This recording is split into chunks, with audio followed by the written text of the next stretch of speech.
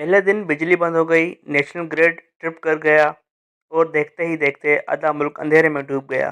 लोग ज़ाती जनरेटर चलाने पर मजबूर हो गए। दूसरे दिन सूरत हाल मज़ीद गंभीर हो गई। मुल्क भर में मोबाइल फ़ोन सर्विस बंद होने लगी, टेलीविज़न, रेडियो और इंटरनेट भी जवाब दे गया और अखबारात के इशात भी रुक गए। बिजली न होने की वजह से शहर में वाटर और सीवरेज का सिस्टम भी बैठ गया। घरों में पानी ख़त्म हो गया और लोग बाल्टियाँ लेकर गली गली फिरने लगे। सेवरेज सिस्टम चौक होने की वजह से कमोड्स भर गए और फजला कमरों में बहने लगा।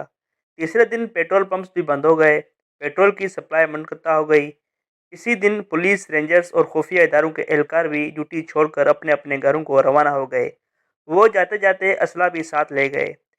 लोगों ने पुलिस को गायब होते देखा तो उन्होंने थानों पर हमला करके बाकी असला पर कब्जा कर लिया था। चौथे दिन बिनगाजी के नज़दीक कंटोनमेंट पर भी कब्जा हो गया। हजूम छावनी तक पहुंचा। फौज ने शुरू में लोगों को रोकने की कोशिश की, लेकिन हजूम ज़्यादा था और नफरी कम। दूसरा, फौज ने अपने लोगों पर गोली चलाने से इनकार कर दिया। चुनाचा आधे घंटे की मज़ाहमत के बाद जवानों ने मज़ाहमत छोड़ दी और यूं हजूम छावनी में दाखिल हो गया। फौज की गाड़ियों, तोपों और टैंकों पर कब्जा हो गया। बारूद खाने के दरवाजे तोड़कर राइफलों, माटर गोलों और दस्ती बमों पर भी कब्जा कर लिया गया और इसके बाद असल खाना जंगी शुरू हो गई। लोग फौजी जीपों पर निकलते थे और मशीन गनों से फायरिंग करते हुए शहरों में दाखिल हो जाते थे और मुखालफिन को सरेआम गोली मार देते थे। मुखालिफों को महसूस हुआ, हमने अगर इनका मुकाबला करना है तो फिर हमारे पास भी असला होना चाहिए। लिहाजा ये भी निकले और करीबी छावनियों पर धावा बोल दिया, जिसके बाद इनके पास भी असला आ गया। हुकूमत ने नए दस्ते और फौजी बिनगाजी भिजवा दिए। फौज ने हजूम पर फायर खोल दिया। सड़कों और गलियों में लाशें बिछ गईं। अवाम के पास भी असला मौजूद था, ये भी बाहर निकले और फौज पर हमला कर दिया और यूं एक हफ्ते में पूरे मुल्क में खाना जंगी शुरू हो गई। कर्नल कज़ाफ़ी इस वक्त तराबलस में था। इसने अपने आप को बचाने की आखिरी कोशिश की, लेकिन इख्तियार और इक़्तिदार दोनों इसके हाथ से निकल चुके थे। फ़ौज, पुलिस और सदर के ज़ाती गार्ड्स तीनों तितर-बितर हो चुके थे। कज़ाफ़ी को महसूस हुआ, मैं बुरी तरह फंस चुका हूँ। इसने दरमियान का रास्ता निकालने की कोशिश की और नेशनल ट्रांसनेशनल काउंसिल के नाम से इंटीरियम गवर्नमेंट बना दी, लेकिन इस वक्त तक बहुत देर हो चुकी थी। अवाम ने यह फार्मूला मानने से इनकार कर दिया। आलमी ताकतें तैयार बैठी थीं। चुनाचा सिर्फ 11 दिन बाद अक़वाम मुत्तहिदा की सिक्योरिटी काउंसिल ने कर्नल कज़ाफ़ी, इसके ख़ानदान, दोस्तों, काबीना और मुल्क के तमाम असासे मुंजमद कर दिए। लीबिया की फ़िज़ाई हदूद भी बंद कर दी गईं और केस इंटरनेशनल क्रिमिनल कोर्ट भिजवा दिया गया। इसके साथ ही मुल्क मुकम्मल तौर पर जाम हो गया। यह सूरत हफ्ता भर जारी रही। इसके बाद कर्नल कज़ाफ़ी के लोगों को होश आया। ये भी जमा हुए। इन्होंने भी हथियार उठाए और बागियों के साथ लड़ना शुरू कर दिया। कर्नल कज़ाफ़ी की फोर्सेस का पल्ला भारी हो गया और उन्होंने समुद्री शहरों का कब्जा वापस ले लिया। आलमी बिरादरी लिबिया पर नजरें जमा कर बैठी थी। ये किसी कीमत पर लिबिया में अमन नहीं चाहती थी। लिबिया को यहाँ तक पहुँचाने के लिए बहुत सरमायाकारी हुई थी। लिहाजा जो ही लिबिया में गवर्नमेंट की रिट वापस आने लगी, अक़वाम मुत्तहिदा ने लिबिया पर बमबारी का हुक्म जारी कर दिया। नेटो फोर्स आगे बढ़ी और लिबिया पर बमबारी शुरू हो गई। बमबारी ने लिबिया की तमाम फौजी तनसीबात, छावनियाँ, असला खाना, गाड़ियाँ, सड़कें, पुल, रेलवे लाइन्स, नेवल बेसिस और एयरपोर्ट तबाह कर दिए। फौज और कर्नल कज़ाफ़ी बार बार सीज़ फायर का ऐलान करते रहे, लेकिन नेटो फोर्सेस ने बमबारी जारी रखी। कर्नल कज़ाफ़ी ने बागियों को मुज़ाकरात की दावत भी दी, लेकिन बागियों ने यह पेशकश मुस्तरद कर दी। यह सिलसिला 15 फरवरी 2011 को शुरू हुआ था और अगस्त के वस्त तक पूरा लिबिया खंडर बन चुका था। बस दारुल हुकूमत तराबलस का कब्जा बाकी था। अगस्त के आखिर में बागियों और नेटो फोर्सेस ने इकट्ठा हमला किया और तराबलस भी फतेह हो गया। बागी कामयाब हो गए, लेकिन इनसे पहले नेटो फोर्सेस तराबलस पहुंची और कर्नल कज़ाफ़ी के महलात और ख़जाने पर कब्जा कर लिया और यूं दुनिया का अमीर तरीन अरब मुल्क नेटो के कब्जे में चला गया। कर्नल कज़ाफ़ी तराबलस से गायब हो गया। अक़वाम मुत्तहिदा ने 16 सितंबर 2011 को नेशनल ट्रांसनेशनल काउंसिल को तस्लीम कर लिया और इसे हुकूमत बनाने की इजाज़त दे दी, लेकिन इस वक्त तक लिबिया में कुछ नहीं बचा था।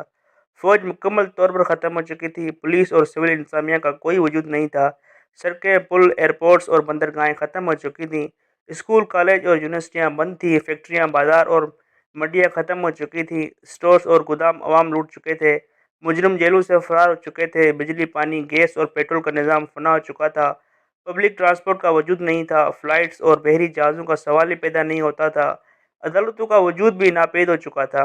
मुल्क छोटे छोटे हिस्सों में तकसीम था और हर हिस्से पर कोई न कोई मुस्लिम मलेशिया काबिज था। वो किसी दूसरे को इस हिस्से में दाखिल नहीं होने दे रहा था। हज़ारों लड़कियां रेप हो चुकी थीं, हज़ारों लोग ज़ख्मी थे और इनके लिए डॉक्टर्स थे और ना अद्वियात। लाशें गलियों में पड़ी पड़ी गल रही थीं। खुराक का बहरान संगीन हो चुका था और बच्चे माओं के पेट में मर रहे थे और अगर खाना जंगी से कुछ बच गया था तो वो नेटो ले गए थे। चुनाचा लीबिया एक चूसी हुई हड्डी बनकर रह गया था। कौमी हुकूमत ने 3 साल हालात कंट्रोल करने की कोशिश की, मलेशिया ख़त्म करके मुल्क को दोबारा इकट्ठा करने की सही हुई, इलेक्शन भी हुए, पार्लियामेंट भी बनी, लेकिन दोनों बड़ी सियासी जमायतें किसी सियासी मिसाक पर राज़ी न हो सकीं, जिसके नतीजे में 16 मई 2014 को लीबिया में दूसरी सिविल वार शुरू हो गई। ये जंग साढ़े 6 साल जारी रही और इसने लीबिया का मुकम्मल कचूमर निकाल दिया। हज़ारों लोग मर गए, लाखों गैर मुल्की वर्कर्स वापस चले गए। लीबिया में सिर्फ मिस्र के 20 लाख वर्कर्स काम करते थे, वो भी वापस लौट गए। मुल्क की 1/3 आबादी यूनिस में पनाह लेने पर मजबूर हो गई। ये लोग अब वहाँ मजदूरी करते हैं या भीख मांगते हैं। लीबिया दुनिया में तेल बेचने वाले 20 बड़े ममालिक में शामिल था। ये रोज़ाना 16 लाख बैरल तेल पैदा करता था, लेकिन खाना जंगी की वजह से ये पैदावार 90% कम हो गई। लीबिया की इन्वेस्टमेंट अथॉरिटी दुनिया की बड़ी सरमाकार अथॉरिटी थी। इसके अकाउंट में $56 बिलियन और 100 टन सोना था। ये भी सरमाए के साथ साथ ख़त्म हो गए। खाना जंगी ने बच्चों को परवरिश पर खौफनाक असरात छोड़े। अक़वाम मुत्तहिदा की रिपोर्ट्स के मुताबिक लीबिया के बच्चे खुराक की शदीद कमी का शिकार हैं और अगली नस्लें दहाइयों तक लागर और बीमार होंगी। मुल्क में हज़ारों की तादाद में प्राइवेट जेलें बन चुकी हैं और इनमें लाखों लोग कैद हैं। इन्हें तावान के लिए पकड़कर बंद कर लिया जाता है।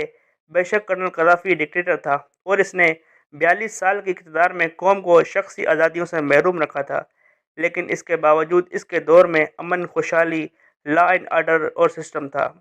शहरियों को रोज़गार भी मिल रहा था और खुराक, इलाज और तालीम भी।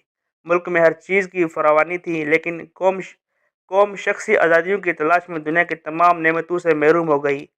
और ये सारा खेल 13 जनवरी 2011 को बैदा शहर से शुरू हुआ था। इस दिन हुजूम ने पुलिस की एक कार को आग लगा दी और इसके बाद फिर पूरे मुल्क में आग लग गई। अवाम के एहतजाज को बैदा शहर से बिन गाजी और फिर वहाँ से तराबलस पहुँचते देर न लगी। यहाँ तक कि अवाम ने कर्नल गद्दाफ़ी को सीरत शहर में मोर्चे से निकाल कर जलील करके कत्ल कर दिया। ये जंग असली तौर पर कर्नल गद्दाफ़ी की मौत के बाद ख़त्म हो जानी चाहिए थी, लेकिन सिविल वार के बारे में कहा जाता है ये तंवर की आग होती है। ये अगर एक बार तंवर से बाहर आ जाए तो फिर ये पूरे जंगल, पूरे गांव को राख बनाए बगैर ख़त्म नहीं होती। और लीबिया में भी यही हुआ। इनकलाबियों ने वहाँ फ़र्द वाहिद गद्दार का नारा लगाया और इसके बाद पूरे मुल्क जल कर राख हो गया। आज लीबिया के बारे में कहा जाता है इस मुल्क को कर्नल गद्दाफ़ी के लेवल तक वापस लाने के लिए भी 50 साल चाहिए। चुनाचा इनकलाबियों ने इनकलाब लाते लाते पूरे मुल्क का जनाजा निकाल दिया और इस खेल में कर्नल गद्दाफ़ी के साथ साथ मुल्क में आग लगाने वालों के हाथ भी कुछ नहीं आया। वो भी अंधी गोलियों का निशाना बन गए। इस मुल्क की बर्बादी से सिर्फ इन मुल्कों ने फ़ायदा उठाया जिन्हें लीबिया के असले, लीबिया के पेट्रोल और लीबिया की दौलत से खतरा था। वो मुल्क ये तीनों चीज़ें ले गए और पीछे कब्रें, ज़ख्मी और लावारिस लोग रह गए। और ये लोग आज आसमान की तरफ झोली उठाकर अल्लाह से माफ़ी मांग रहे हैं, अपनी हिमाकत पर आंसू बहा रहे हैं, लेकिन वक्त का पहिया बहुत आगे जा चुका है। मुझे महसूस हो रहा है हम भी तंवर की आग को तंवर से बाहर ला रहे हैं। हम भी ये अंजाम काश्त कर रहे हैं। हम भी लीबिया बनना चाहते हैं।